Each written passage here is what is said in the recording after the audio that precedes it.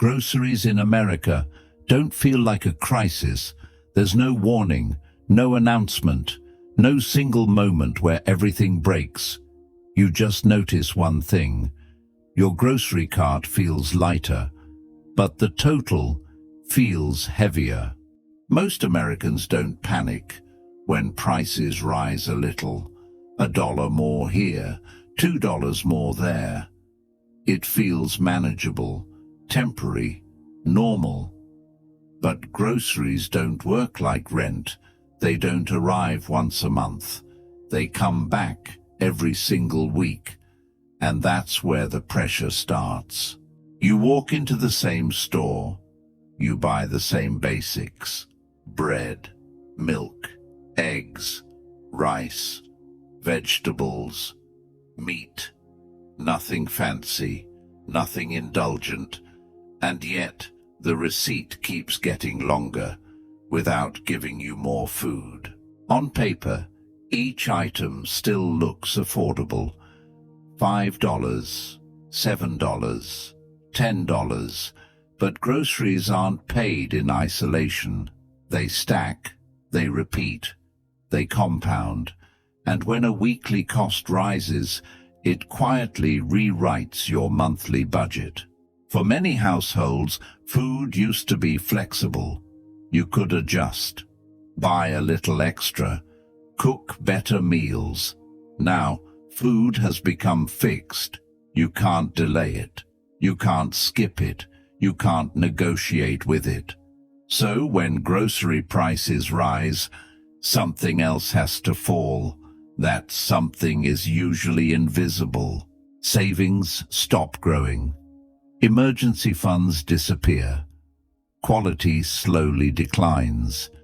People don't notice it at first, until one unexpected expense arrives, and there's nothing left to absorb it.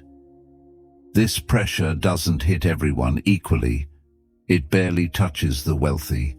It doesn't crush those already struggling.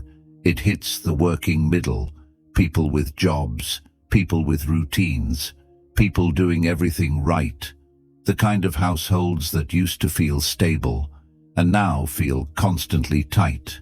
Many Americans are making quiet choices, choosing cheaper brands, skipping fresh produce, buying processed food instead of fresh meals, not because they want to, not because they don't care, but because groceries have turned into a weekly calculation instead of a normal necessity.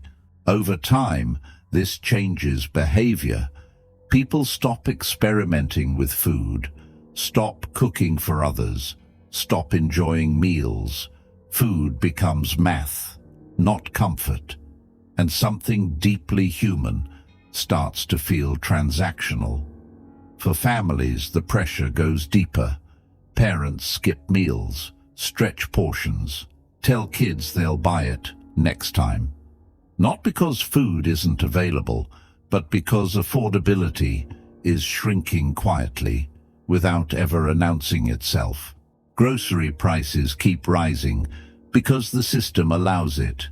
Supply chains, transportation costs, corporate pricing, profit margins. Each layer adds pressure, but wages move slowly. And when food costs rise faster than income, people don't collapse overnight. They just adapt downward. This is how struggle looks now. Not dramatic, not loud, not visible, just constant adjustment, constant calculation, constant compromise. And the most dangerous part, this becomes normal. People stop expecting better, stop questioning why, stop imagining relief. Because when food becomes stressful, everything else follows. This isn't about luxury. It isn't about eating extravagantly. It's about basics. When feeding yourself becomes harder each month, the problem isn't personal, it's structural.